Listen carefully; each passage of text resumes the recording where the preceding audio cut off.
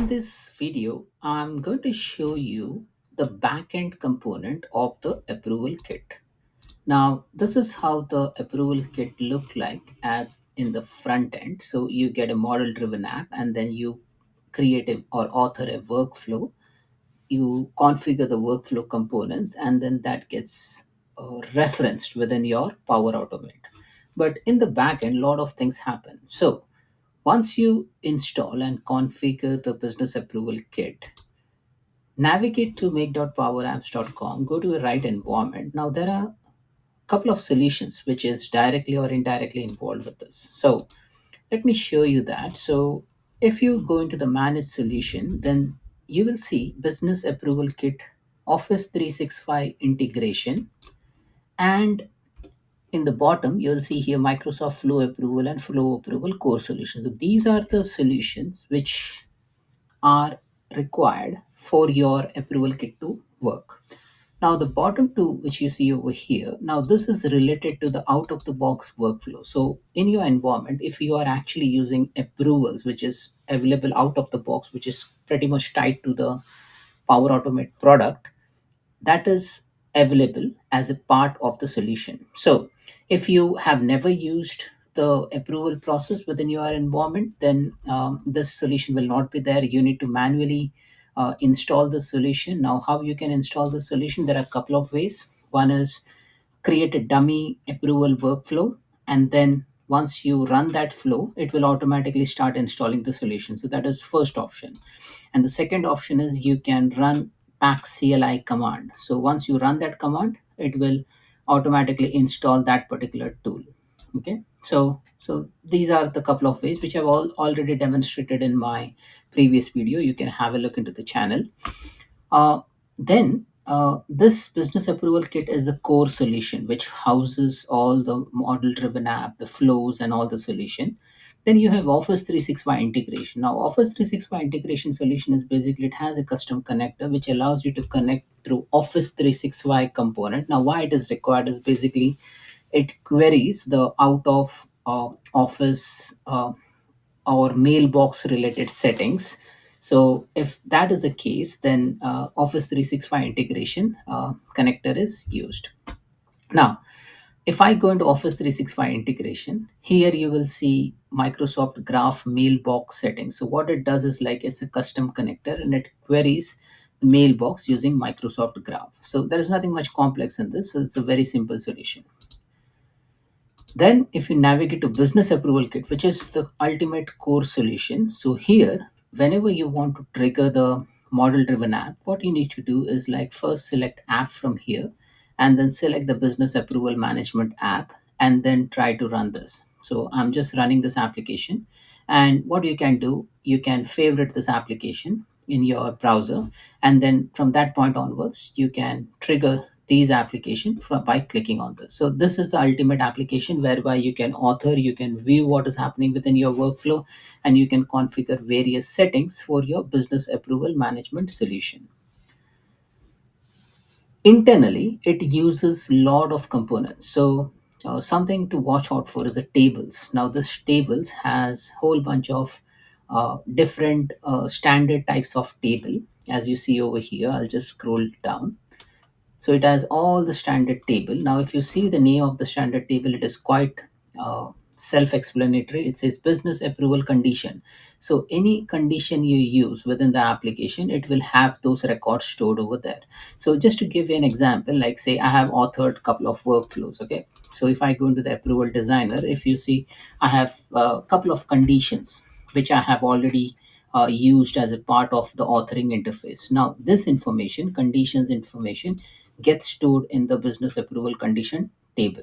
So if I go into this table, then you cannot do any modification and you should not even do that. But you will see those two records. As you see over here, these are the two records. Now, if you exactly want to see what does that record indicates, so there are various items like say name, node, owner. So if I just click on name and node, and if I just scroll down and I'll show you, name is 0 1000 and 0 1001, which corresponds to 0 1000 and 0 1001.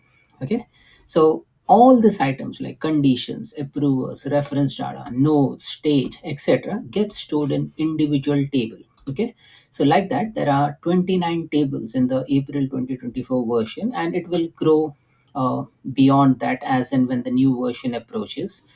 Now, there is a table for public holiday, there is a table for process node, so it is all segmented in such a fashion that all this information are modularized and it can be used independently. So you have an instance, you have an instance log, holiday calendar, all this information gets stored in a different table. So like that, we have 29 tables.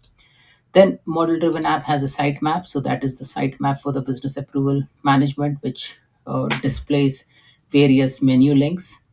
There are 29 web resources. Out of that, two are code, which is like there are two JS, which is business approval override custom page JS and business approval process designer uh, custom JS. Then if you click on data, there are a couple of four resource file, web resource file: settings lock, proc designer lock, homepage lock, homepage lock. And then there are various supporting images which are used within the application. Like most of them, I would say, in fact, all of them are SVG images. Then we have a couple of plugin assemblies. So we have create business approval workflow and retrieve process metadata plugin assemblies. There are a couple of custom controls which are used, which is PowerCat.panel and PowerCat.process designer. Now, why this is important to understand is because now it makes use of PowerCat panel and PowerCat process designer. And you remember we have when while installing the business approval kit solution or approvals kit solution, there was a prerequisite to have creator kit solution installed. So it makes use of those controls to render the components. Then there are custom connectors which you will find like the approvals kit. For that, you may have created a app registration, and then from there you might have created a connection which brings that connection references into consideration. So there are four connection references, which is approvals, Dataverse, Microsoft Graph mailbox setting, and O365 users. So every connection request has its own purpose, either to query the user or query some settings with regards to out of office, or just trigger the approval processes. Now there are component libraries. There are various choice options, and overall, if you see, there are like 124 components. So all this component make up the entire approval kit solution. Now, why I have created this video is just to make you understand what is happening in the backend. Now, quite possible for your organization, you would like to extend the solution further or beyond what is provided by the PowerCat team. So, in that case, it is very essential to understand what exists. And if you want to make some modification, you can go ahead and add various tables, resources in a separate solution, which acts as an extension to this solution. And then you can extend this solution further. So, that's all about business approval kit solution, which is available within the PowerCat solution. So if I go into the solution section under manage, I forgot to show you one more solution, which was the creator kit component. So if you see the creator kit core, so this is that basic requirement that you need to have the creator kit solution installed within your environment.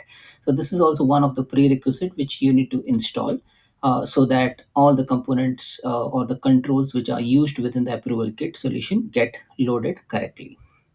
So that's it, folks. This is all about the backend uh, nuts and bolts for the business approval management or approvals kit solution. Thanks for watching.